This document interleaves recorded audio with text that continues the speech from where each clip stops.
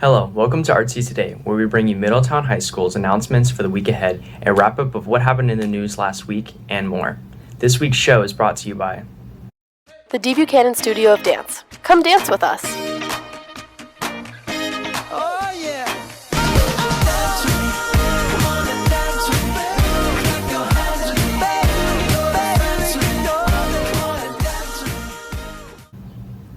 Let's go to Calvin Salzer with a look back at this week in history. In This Week in History, on May 25th, 1977, the first of the Star Wars movies opened in theaters. George Lucas's first movie initially opened in 42 theaters, but went on to earn close to $3 million in the first week. At the end of summer, the film earned $100 million and over $700 million in total at the end. To this day, more Star Wars movies are continuously being released. Now let's hear about this week's birthdays from Sophie Weinstein. A happy birthday this week to Morgan Brunn, Soleil Carmon, Carly Darden, Natalie Fox, Beatrix Vendamati, Haley Bentley, Gwendolyn Griffiths, Sarah Kaminsky, Logan Kunn, Tyler Tasker, Tyler Beiser, Clark Cheers, Catherine DeGrange, Nate Rosales, Chase Baxter, Willa Hoffman, Connor Langley, Michaela Mutzer, Delaney Sheridan, Griffin Sheridan, Sydney Waggle, Blake Smullen, Eleanor Stafford, Matthew Strong, Everett Derwin, Bryce Holland, and Jordan Zamani. That's it for this week's birthdays. Back to you, Patrick. Thanks, Sophie. Let's go to Nate Powell with this week's announcements. The 20th annual MHS Strong Person competition was completed last week. Many students competed in several events testing brute strength. This year's top participants include, for the females, Riley Nilsson took 5th place, Miley Smith finished 4th, Breen Gentile was 3rd, Rachel Lloyd captured 2nd, and Sophie Frizzle was the champion. For the males in the lightweight division, Owen Cottrell took 5th, Don Beckham was 4th, Ryan Stewart finished 3rd, Colin Bauer was 2nd, and the champion was Tyler Hollis. In the middleweight division, 5th place was a tie between Quinton Lawrence and Liam Wilson. 4th place was a tie between Clark Shears and Jerry Dennis. 3rd place went to Gage Queen, 2nd was Jason Rapp, and Zach Martin was the champion. In the heavyweight division, Jake Brandenburg finished 5th, Matt Mamancy captured 4th, Jacob Torres came in 3rd, Zach Brady finished in 2nd, and the champion was Landon Summers. Many thanks to all those who participated. The registration deadline for MHS Marching Nights is Friday, July 2nd. Please contact the Marching Band Director, Matthew Shearer at matthew.shearer@fcps.org if you have any questions. The Maryland Public Secondary Schools Athletic Association Board of Control approved the return to state competition during the current spring 2021 season. Frederick County Public Schools is thrilled for our students, athletes, and coaches. FCPS will enter all spring state tournaments including baseball, girls and boys lacrosse, softball, girls and boys tennis, and girls and boys track and field.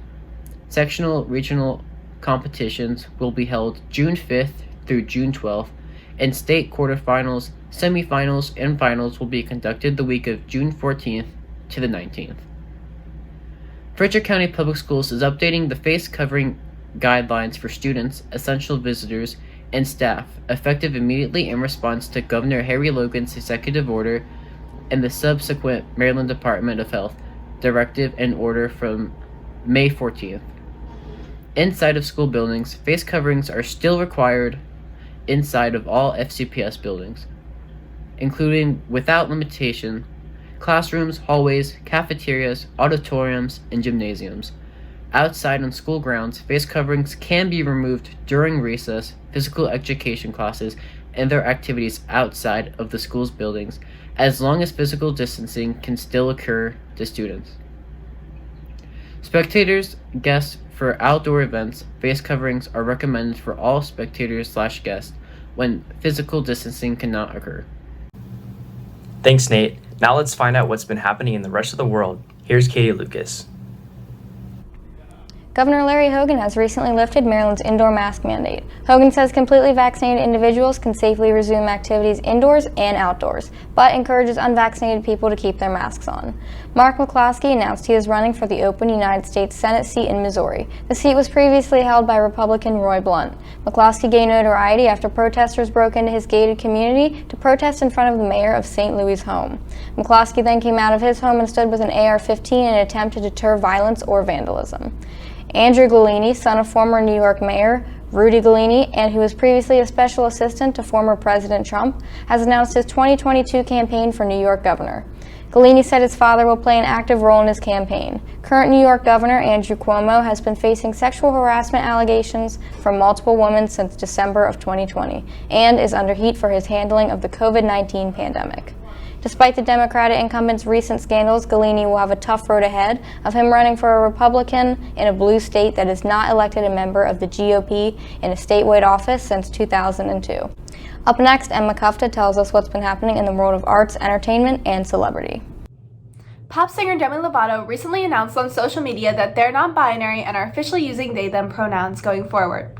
Lovato told fans that the, quote, revelation followed a lot of healing and self-reflective work, unquote. They also added that the label non-binary, quote, best represents the fluidity I feel in my gender expression and allows me to feel most authentic and true the person I both know I am and still discovering, unquote. Famous YouTuber Colleen Ballinger, most known for her online persona Miranda Sings, just announced that she is pregnant with twins. This came as a shock to fans due to her online documentation of her previous pregnancy where she said, quote, I will never have another child ever again, unquote. Ballinger released the news in a YouTube video where she had also discussed a previous miscarriage she had prior to her current pregnancy. After a devastating loss in the 2020 election to Joe Biden, Kanye West hasn't decided if he will run again in 2024. During the most recent election, he collected just 60,000 votes after appearing on only 12 state ballots because he missed the filing deadline in most other states. But West's political career isn't over yet. He has alluded to running again on social media, but as of right now, it is up in the air.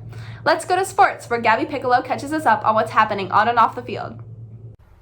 NBA legend Kobe Bryant was inducted into the NBA Hall of Fame as his wife gave an incredible speech during the induction. Quote, I wish my husband was here to accept this incredible award. He and Gigi deserve to be here to witness it, unquote. NBA legend Michael Jordan was there to accept the award in the late Kobe's position. Other notable inductees were Kevin Garnett and Tim Duncan, as they also shared memorable speeches. Longtime Washington football team defensive end Ryan Kerrigan signed with the Washington's divisional rival, the Philadelphia Eagles, on a one-year deal. Kerrigan was drafted by Washington 16th overall in 2011. In his time in Washington, he reached 95.5 sacks, making him Washington's all-time sack leader. Kerrigan announced he would not return to Washington via his Instagram, where he said, quote, I'll never be able to sum up what these past 10 years have meant to me in an Instagram post. But what I can say is that they have been some of the best of my life, unquote. At the Dover NASCAR race, Hendrick Motorsports dominated with Alex Bowman sweeping the top 4 places. This marks only the 4th time in NASCAR history that one car owner has taken the first 4 spots, the last time being in 2005 when Roush Fenway Racing accomplished this rare sweep. Rick Hendrick said, quote, the feeling is unbelievable, unquote, following seeing his cars finish in the top 4 spots for the first time in his career. Thanks, Gabby. Finally, Luke McClister shares us some words of wisdom. To have manners means you are polite to others, and when you are being polite, you're being courteous. The word courtesy has its roots in the Latin word cor, meaning of the heart. When you have manners, you are acting from the heart and being respectful of other people's feelings. Respectful, caring behavior is the cornerstone of any civil society. During her lifetime, Emily Post was considered the guru of polite behavior. Listen to her words. Manners are sensitive awareness of feelings of others. If you have that awareness, you have good manners, no matter what fork you use. Some young people think it's not cool to be polite, maybe even a sign of weakness. But here's a news flash. Polite and respectful people have strength of character and are more likely to have successful relationships, lives, and careers. And there's nothing uncool about that.